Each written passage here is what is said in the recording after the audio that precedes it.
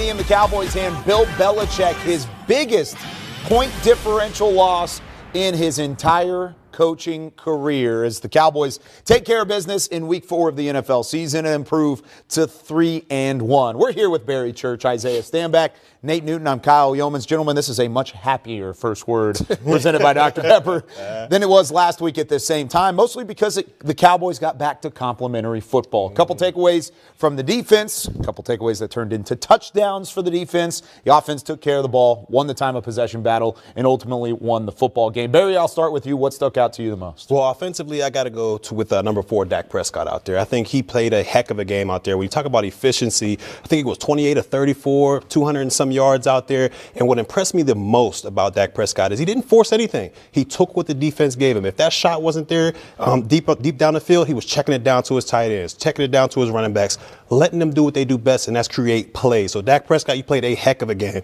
Then you go to the defensive side of the football. They got back to their old ways. They got back to their ways from week 1 to week 2, which is pressuring the quarterback and forcing takeaways. My man, DaRon Bland, you had yourself a heck of a game on the outside. 2 interceptions, 1 taking it all the way back to the house. He played outstanding. The D-line was rushing and basically harassing Mac Jones the entire game out there. So hats goes off to both sides of the field. Special teams, you did your thing as well. Overall, it was a great, complete game. Yeah, Barry just hit on it. It was definitely a complete game. These guys did a great job. I'm going to go ahead and highlight Mr. DaRon Bland, just like you just did. DaRon Bland played his butt off. I think last week, from our perspective, he didn't have his best game. Coach McCarthy felt differently, but obviously he felt differently for good reason, because as bad as Mac Jones was, okay, Mac Jones was not just terrible. He was terrible. Okay, terrible. Or like I say in the hood, terrible. Okay, he was real bad. All right, but you take advantage of that. It doesn't matter if you want to be late on releasing the ball and you have an opportunity to read the routes the way that they're coming at you and take advantage of a bad quarterback. You go out there and make the plays. He had a couple close calls. He almost had a couple picks,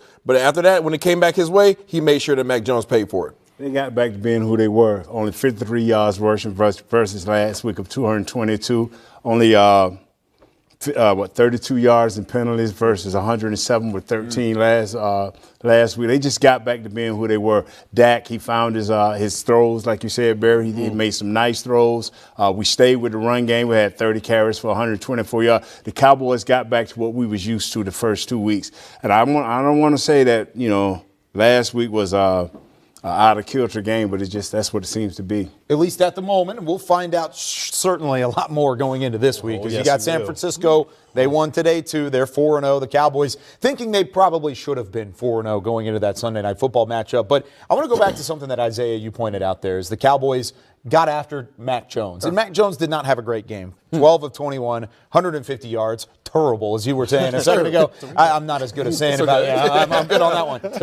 I think for the most part, Dallas just did what they needed to do defensively to get him out of the game plan. It's almost what Bill Belichick wanted to do to Dallas. Take away what they do best. Dallas did that to New England. Yeah, they moved Mac Jones off the mark, and I think that was the biggest thing. I think the times that you saw him actually sit in the pocket comfortable, he was actually able to deliver some good balls down the field. But the moment you were able to move him off his mark, now all of a sudden he becomes an inaccurate passer. And we talked about that in the pregame show. This is a guy that will give the ball up to you if you make him uncomfortable, and boy, was he uncomfortable. Yeah, you saw him, man. He was frustrated out there. He was frustrated pretty much all afternoon. I think he was holding the ball just a little bit too long, trying to make that big, explosive play, trying to reach the ball down the field, when all he should have did was check it down to his boys in the backfield. He didn't do that. The Cowboys were able to take advantage of him. DaRon Bland to the house, man.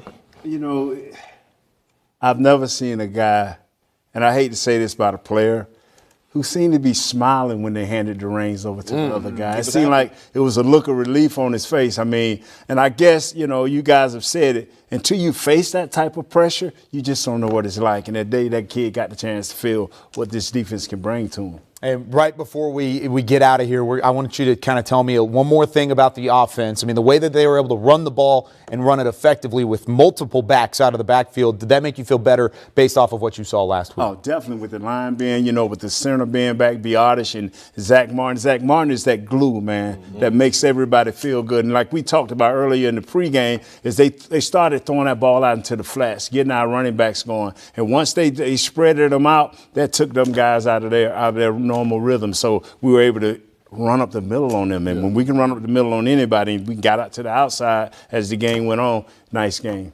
We saw Coach McCarthy get back to being Oprah. And what I mean by that is he let everybody get the ball in the backfield. Okay, all right, everybody got it. I mean, from Hunter Lipke, K. Devontae Turpin had a 46-yard run. TP Dowdle was in there briefly before he got banged up. Everybody was able to touch the ball in the backfield, and that's what we saw the first few weeks when you saw those personnel changes. Formations stay the same. Personnel's change up, confuses the defense. You result big plays. Yeah, quickly, I just wanted to give a shout out to Tolbert out there because this is a guy who his rookie season, a lot of people were down on him, including myself. This guy had a great offseason, great training camp, and now you see it kind of going into fruition into the football field during the season. 4 catches, 53 yards. He's stepping up in a good way. Yeah, stepping up. And really there were multiple players along the way that were all involved in this Cowboys win. 38-3.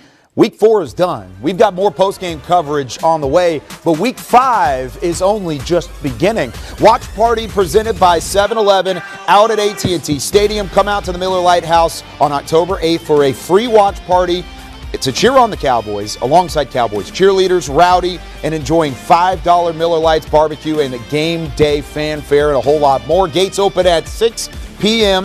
Kickoff is at 7:20. For more info and to claim your free ticket, you can go online and visit DallasCowboys.com/watch party. The Cowboys get the win in Week 4. They're 3-1 on the 2023 season. We still have Cowboys game night, Cowboys OT coming your way in just a matter of moments. 38-3, the final over the New England Patriots. That does it for the First Word, presented by Dr. Pepper.